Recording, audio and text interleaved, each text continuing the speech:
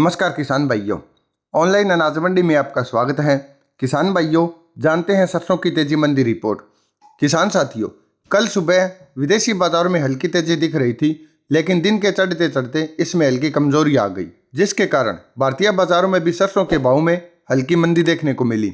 इसके अलावा माहौल को देखकर तेल मिलों ने भी मांग में कमी करने की लगातार दूसरे दिन सरसों की कीमतों में गिरावट दर्ज की गई।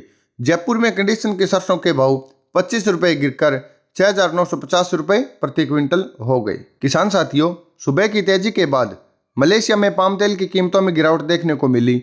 साथ ही विश्व स्तर पर मंदी की आशंका से विदेशी बाजार में भी खाद्य तेलों के दाम कमजोर हो गए।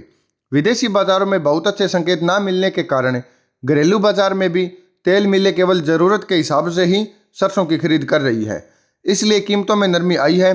हालांकि स्टॉकिस्ट नीचे दाम पर सरसों में बिकवाली से परहेज कर रहे हैं और त्योहारी सीजन होने के कारण फिलहाल घरेलू बाजार में सरसों तेल में मांग बनी रहने की उम्मीद है। यही बड़ा कारण है कि सरसों में बड़ी मंदी की गुंजाइश नहीं है, लेकिन विदेशी बाजारों की लचर हालत के कारण से भारतीय बाजार में बड़ी तेजी भी नहीं आ पा रही। इसलिए पिछले एक महीने में सरसों के भाव 6,700 से लेकर 7,000 की रेंज में आकर अटक गए।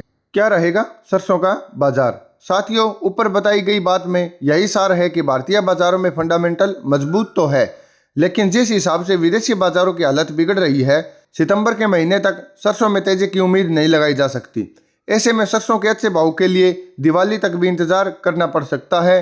तब तक के लिए सरसों के भाव 6,700 से 7,000 की रेंज में ही घूमते रह सकते हैं। किसान साथियों, हमारा कार्य आपको तेजी मंदी रिपोर्ट बताना है। आप अपना व्यापार अपने विवेक से करें, क्योंकि आपका नफा नुकसान आप हमसे ज़्यादा जानते हैं। ऑनलाइन तरीके से किसी भी फसल की तेजी मंदी रिपोर्ट या ताज़ा भाव जानना चाहते हैं तो हमारे चैनल को लाइक, शेयर और सब्सक्राइब जरूर करें।